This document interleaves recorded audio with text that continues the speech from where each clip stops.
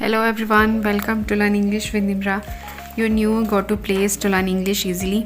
आज हम अपने नए लेसन के साथ हाजिर हैं। उम्मीद करती हूँ कि आप सब खैरियत से होंगे। हम पीछे क्या पढ़ रहे हैं? Parts of speech.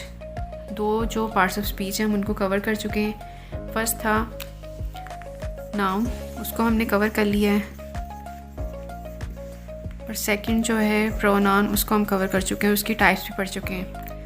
आज हम थर्ड पार्ट्स ऑफ स्पीच पढ़ेंगे जो है वर्ब। वर्ब क्या है? फेल। ये क्या रिप्रेजेंट करता है? Verb represents an action, occurrence और स्टेट ऑफ बीइंग। एक फेल वो लफ्ज़ है जो किसी अमल, वाक़े या हालत की नुमाइंदगी करता है। ये जो फेल यानी कि वर्ब, ये जुमलों का लाजमी हिस्सा होते हैं, क्योंकि ये बताते हैं कि फ़ाइल क्या करता है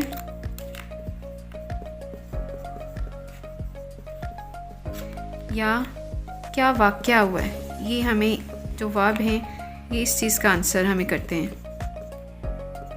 अब जिस तरह हमने नाउन की टाइप्स पढ़ी, आगे फिर प्रोनाउन की टाइप्स पढ़ी, ऐसे आगे वर्ब की भी टाइप्स हैं जो हम वन बाय वन करके पढ़ेंगे।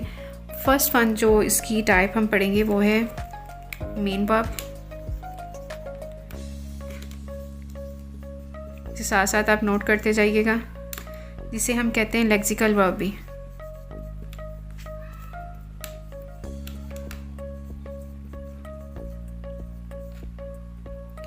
ये क्या होती हैं मेन वर्ब्स? बुनियादी, ये जुमले में बुनियादी अफ़ाल होते हैं जो असल अमल या हालत को ज़ाहिर करते हैं। जो सब्जेक्ट ने असल में जो काम किया होता है या जो उनकी हालत होती है वो उसको बताते हैं। हम एक एग्जांपल लिखते हैं इसकी, आपको सही से समझ आएगी।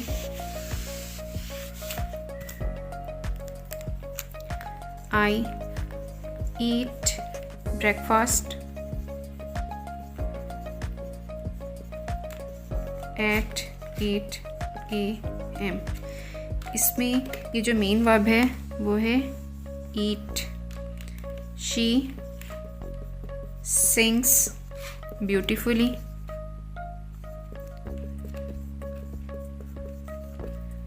इसमें मेन वर्ब क्या है? sings। इसकी जो नेक्स्ट टाइप है वो है स्टेटिव वर्ब।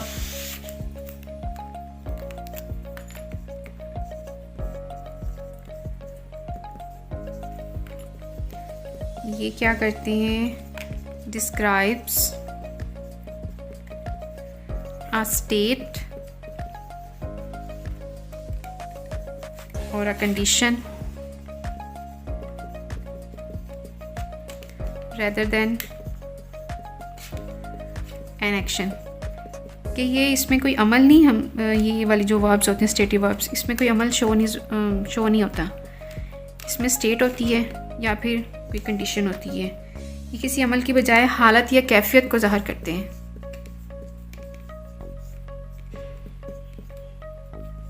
हालत या कैफियत को ज़ाहिर करते हैं, और ये जो स्टेटिव वर्ब्स हैं ये कंटिन्यूस फॉर्म में इस्तेमाल नहीं होती। अगली जो थर्ड टाइप है ट्रांजिटिव।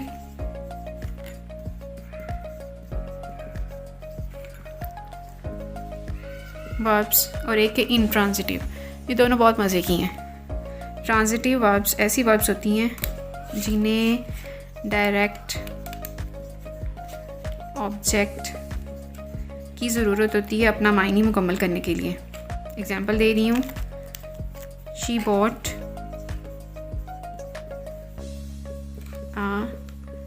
New car.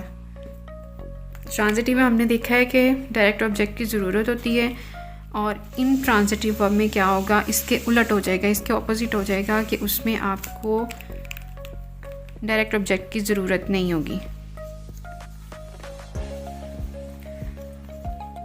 मैं उम्मीद करती हूँ कि आपको सही से समझ आ रही होगी। जो चीज़ समझ ना आए वो कमेंट बॉक्स में मुझसे पूछ लीजिएगा। ऐसी वर्ब्स जिन्हें डायरेक्ट ऑब्जेक्ट की ज़रूरत नहीं होती। Example, the sun rises in the east. ये कौन सी वर्ब है? इंट्रांजिटिव।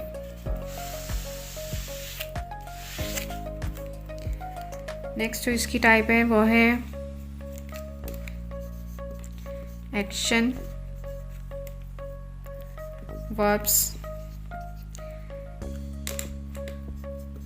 ये जो वर्ब्स होती हैं ये क्या शो करती हैं? फिज़िकल जिस्मानी एक्शंस, अमाल और मेंटल एक्शंस, इनको ये शो करती हैं।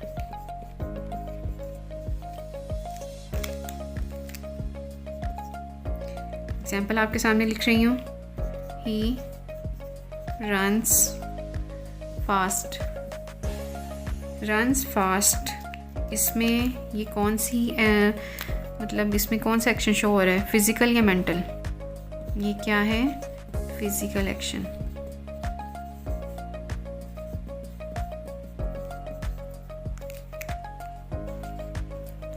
अब हम एक और एग्जांपल पढ़ते हैं, उसमें आप नोट करिएगा उसमें कौन सी शो हो रही है। She believes in miracles. इसमें ये वाली जो है ये फिज़िकल एक्शन है कि मेंटल एक्शन है? ये मेंटल एक्शन है।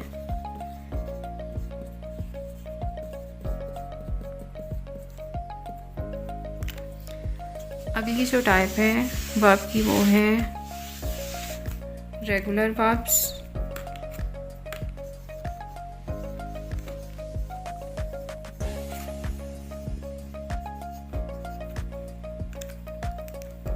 रेगुलर वर्ब्स वो वर्ब्स होती हैं जिनकी आप सेकंड या थर्ड फॉर्म बनाओ तो आप उनके स्पेलिंग चेंज ना करो, स्पेलिंग वही रहने दो और उसके आगे आप ईडी लगा देते हैं। एग्जाम्पल दे रही हूँ आपको, वाक, इसकी सेकंड फॉर्म है वाक्ड और इसकी थर्ड फॉर्म है वाक्ड। एक और हम वर्ब देख लेते हैं, आस्क, आस्क्ड, आस्क्ड। ये हो गए रेगुलर वर्ब्स। और एक होती है इर्रेगुलर वर्ब्स।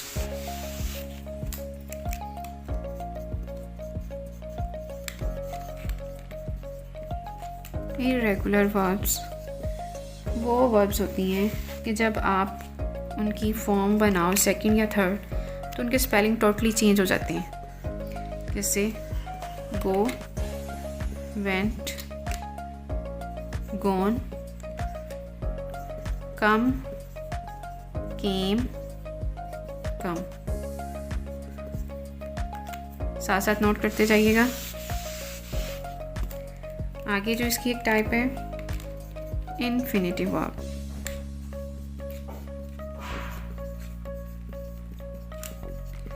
ये वर्ब्स क्या होती हैं? ये verbs base form of verbs होती हैं जो अक्सर किसके साथ इस्तेमाल होती हैं? टू के साथ। और सेंटेंस एक लिखती हूँ फिर आपको अगली बात बताती हूँ। I like to read. To कौन सी वर्ब है? इन्फिनिटिव। और इन्फिनिटिव वर्ब के बाद हमेशा आपने बात याद रखनी है कौन सी फॉर्म ऑफ वर्ब आती है? फर्स्ट। ये बात आपने याद रखनी है।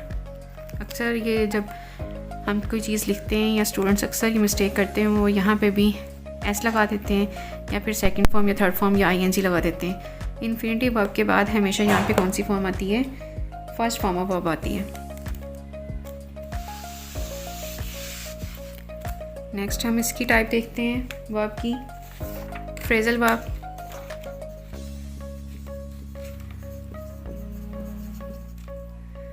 फ्रेजल वर्ब्स क्या हैं?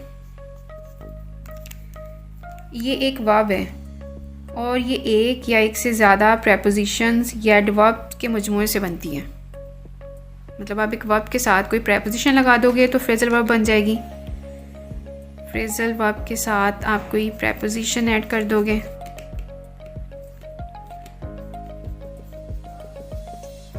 या फिर कोई आप एडवर्ब ऐड कर दोगे। तो वर्ब कौन सी बनेगी? Phrasal verb. Example, she gave up smoking.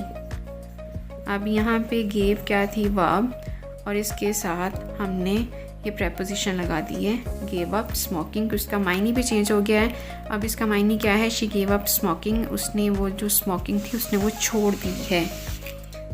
हम एक और एग्जांपल देखते हैं इसी की हम देखते हैं। They looked into the matter. अब हमारे पास वर्ब के सिर्फ 2 फॉर्म्स रह गई हैं, वो भी हम जल्दी जल्दी देख लेंगे। सेकंड लास्ट है मॉडल वर्ब्स। मॉडल वर्ब्स क्या होती हैं? वो ऑक्सिलरी वर्ब्स होती हैं।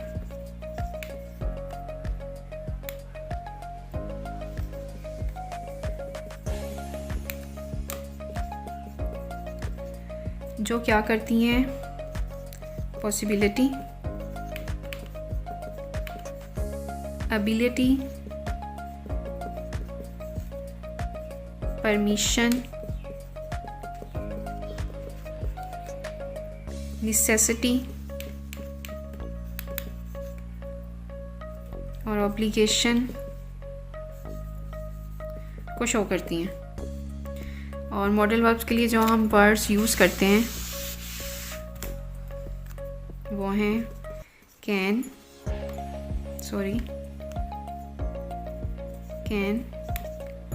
Could, may, might, must, shall, should, will and would. अब हम इन मॉडल वर्ब्स को हम सेंटेंसेस में यूज़ करते हैं।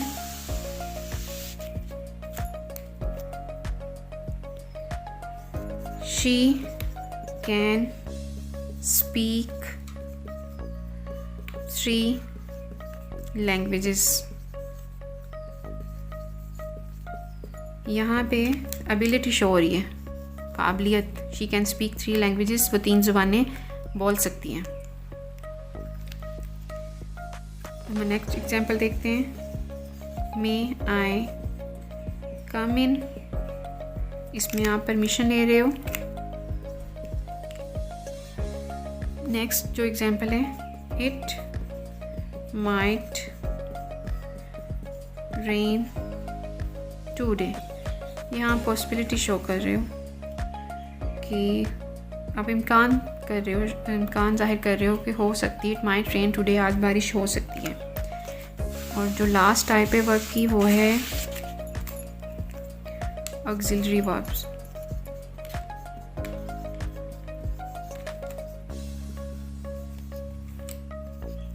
ऑक्सिलरी वर्ब्स क्या होती हैं? ये मेन वर्ब के साथ इस्तेमाल होती हैं।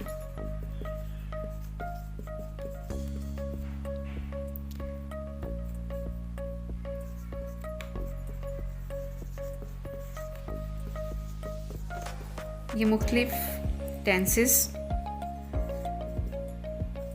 और कैफियत बनाने के लिए हम इसे यूज़ करते हैं। और जो